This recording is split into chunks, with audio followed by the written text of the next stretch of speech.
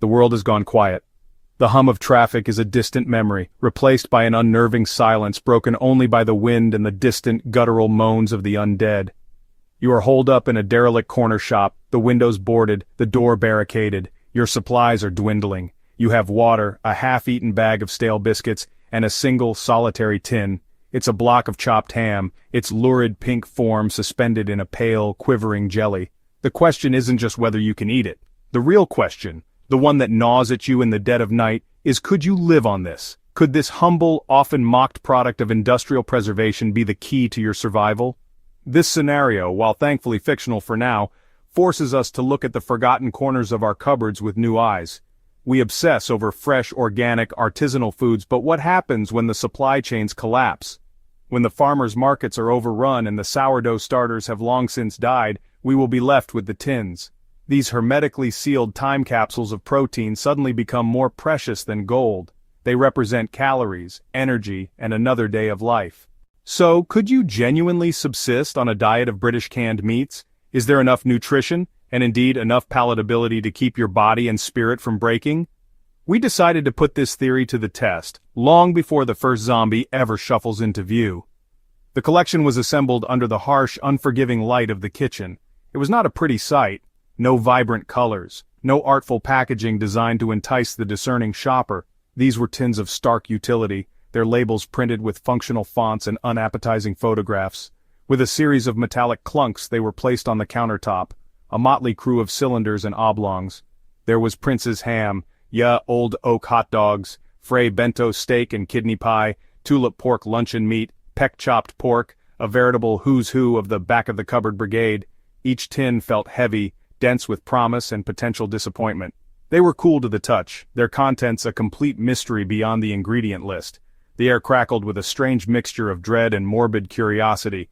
This was culinary archaeology, unearthing relics from an era of food production that prized longevity above all else. What secrets did they hold? What textures and flavors, long dormant in their brine or jelly, were waiting to be released? The silence was broken only by the sound of a tin opener, a tool that suddenly felt like a surgeon's scalpel. The dramatic reveal began with the Frey bentos pie. In any survival scenario, the hierarchy of needs is brutally simple: water, shelter, and food. While foraging for wild edibles and hunting for game are romantic notions, they are also unreliable and require immense skill and energy. The humble can, however, is a guarantee. It is a self-contained, pre-cooked, pathogen-free source of calories that demands nothing more than a simple tool to open it. When the power grid fails, refrigerators become useless metal boxes. The shelf-stable nature of canned meat transforms it from a pantry afterthought into a cornerstone of survival. Its importance cannot be overstated. Think about the sheer practicality. A can of meat is a fortress. It protects its contents from pests, from moisture, and from the ravages of time. Most canned meats have a shelf life of several years, meaning a well-stocked larder could see you through a very long winter or apocalypse. This longevity is their superpower. In a world where every day is uncertain, the predictability of a can is a profound comfort. First up was the titan of the tinned world, the Frey bento steak and kidney pie. This is more than just a can of meat, it's a complete meal solution. The ingredient list is a throwback to a different culinary era, boasting beef, pork kidney, and a rich gravy. All sealed beneath a puff pastry lid that promises to rise to golden perfection. The initial impression is one of ambitious convenience. It doesn't just offer sustenance, it offers the experience of a proper British pie, a comforting classic that requires only an oven, or, in our imagined future, the embers of a carefully managed fire. The weight of the tin alone suggests a hearty, filling meal. Next, we turned our attention to the Prince's ham. This oblong tin contains a simple, no-nonsense block of cured pork water, salt, and preservatives. Its bright pink label and bold lettering evoke a sense of reliability and tradition. Upon holding the tin, you can feel the solid mass of meat inside, suspended in what you know will be a significant amount of gelatinous fluid. The first impression is one of pure utility. This is a block of protein, unadorned and unapologetic, ready to be sliced for sandwiches or cubed and fried for a quick, salty meal. Then came the novelty act, Ye Olde Oak hot dogs. The tin, adorned with cartoonish illustrations, promises 8 American-style hot dogs. The primary ingredient is mechanically separated chicken, a phrase that rarely inspires culinary confidence. They sit in brine, their pale forms visible through the water. The immediate thought is of children's parties and cheap, cheerful bonfire nights. There's a sense of playful nostalgia, but it's tinged with a healthy dose of skepticism about the texture and flavor that awaits. The ceremony of opening began, and with it came the first wave of sensory data.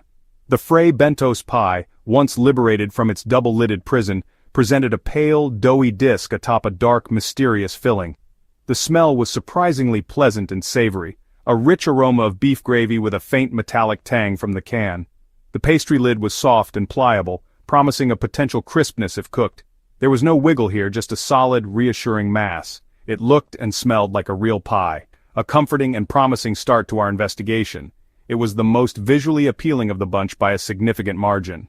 Next, the prince's ham made its grand, gelatinous entrance. Tipping the can produced a slow, sucking sound and a wet plop as the pink block slid onto the plate, encased in a thick, amber jelly. The wiggle was profound. The entire block shimmied with the slightest movement of the table. The smell was distinctly of cured pork, salty and slightly sweet, but also carried a strong, almost clinical note from the preservatives. Visually, it was an unnerving object. A perfectly smooth, bright pink cuboid that seemed almost alien in its geometric precision. It looked less like food and more like an industrial component. The ye olde oak hot dogs were an altogether different experience.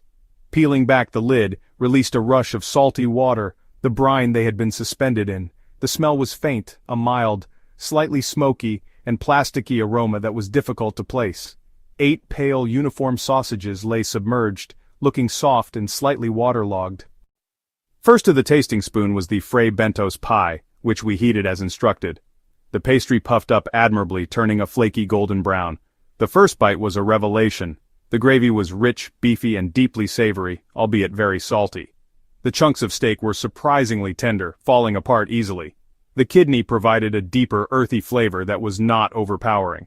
The texture was exactly what you would want from a slow-cooked pie filling. The pastry, while a little greasy, was crisp on top and satisfyingly stodgy where it had soaked up the gravy. It tasted like a proper, comforting, albeit intensely industrial pie. A very strong start. Next, a cold, thin slice of Prince's ham was sampled. The texture was the most challenging aspect. It was smooth, unnervingly so, with a slight rubbery resistance before yielding. The flavor was predominantly salty, a straightforward cured pork taste that was clean but lacked any real depth or complexity.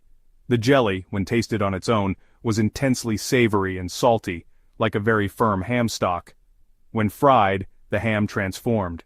It crisped up nicely at the edges, its saltiness mellowed. The biggest surprise of the day was undoubtedly the luncheon meats. Tulip, peck, they were bold, they were salty, they were spicy. That made them satisfying even when eaten cold, crucial in a survival situation. The texture was pleasantly firm and substantial. It avoided the rubbery hot dog pitfalls. It avoided the ham's overly smooth consistency. They felt like a proper, hearty foodstuff. Fried, they ascended to another level. Truly something you'd choose to eat, apocalypse or not. Their versatility was the greatest asset. Fray Bentos pie. Confirmation of legendary status. Its drawback, reliance on cooking. Cold, truly grim. Cold, claggy pastry. Congealed gravy. Heated even on a rudimentary flame and it transforms. Deeply comforting and satisfying. Not just calories. A psychological boost. A proper dinner. The filling was richer and meatier than expected. Major drawback, it's one note. A pie and only a pie. Prince's ham, strange middle ground, raw and cold, functional but uninspiring, overly smooth texture, gelatinous coating, edible but not enjoyable. Fried transformation, remarkable. After a journey through brine jelly gravy, a clear hierarchy has emerged. We have tasted, we have tested, and we have considered the grim realities of a world without supermarkets.